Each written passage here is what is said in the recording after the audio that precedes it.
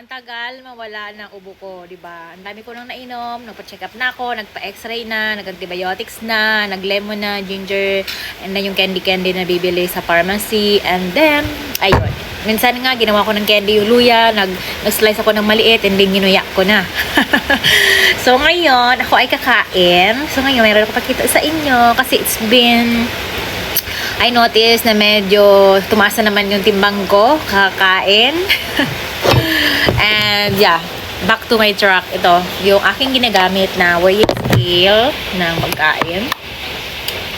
So, paano siya gamitin? Kailangan i-on mo lang siya, 0. And then, syempre, pag maglalagay ka, hindi kasama yung plato. So, ngayon, kunwari, ilalagay. Pagkakain ako guys, ganito ang ritual. Pati yung baon ko sa work. So, ilalagay mo lang. Ayan, ganyan siya.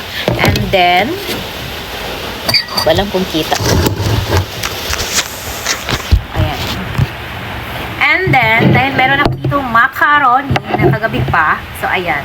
So, ang nakalagay dito ay, kailangan 0 siya guys kapag may plato. I-tear natin siya. So, this is 0. So, ngayon, maglalagay ako ng macaroni. Na-absorb na niya yung saba. So, this is 160. 160 siya, grams. Tama ba? Kasi meron itong grams in O's. 0 and say. So, after that, back to 0. And then, kung kakain ka ng tinapay, pagkanin guys, hanggang 130 lang ako. Minsan 100 most of the time. Gusto ko pa, tama na. So, ngayon, dahil naka-0 na siya ulit, ilalagay natin sa gilid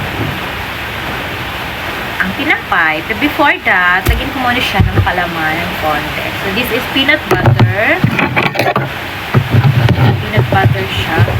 Ayan.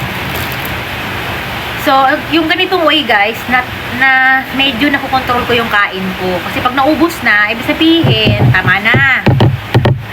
Gusto ko pa. Tama na. O, tapos po ilalagay natin, 0 na. So, yung tinapay na yan ay 50.